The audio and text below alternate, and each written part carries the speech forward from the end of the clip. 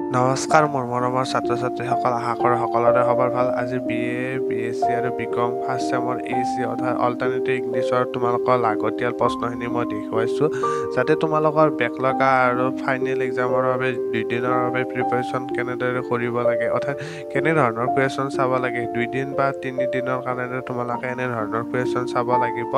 যদি তোমালোকে ভাবিছা যে কিছুমানৰ বেক লাগিছে সেইসকল ছাত্ৰ ছাত্ৰী এইখিনি অৰ্থাৎ এইটো ভিডিঅ' চালে তোমালোকৰ পৰীক্ষা ভাল হ'ব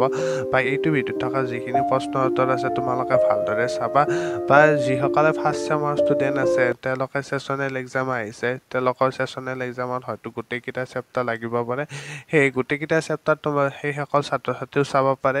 যিসকল ছাত্ৰ ছাত্ৰীৰ বেক লাগিছে সেইসকল ছাত্ৰ ছাত্ৰীও এইটো ভিডিঅ' তেওঁলোকৰ বাবে অতি দৰকাৰী বা যিসকলে এতিয়া BA ফাৰ্ষ্ট চেমৰ ফাইনেল এক্সাম দিব সেইসকল ছাত্ৰ ছাত্ৰীও চাব পাৰে কাৰণ যিসকল ছাত্ৰ ছাত্ৰীয়ে অল্টাৰনেটিভ ইংলিছ টান পায় সেইসকল ছাত্ৰ ছাত্ৰীয়ে এইটো ভিডিঅ' গোটেইখিনি চাব পাৰিব বুলি আশা ৰাখিলোঁ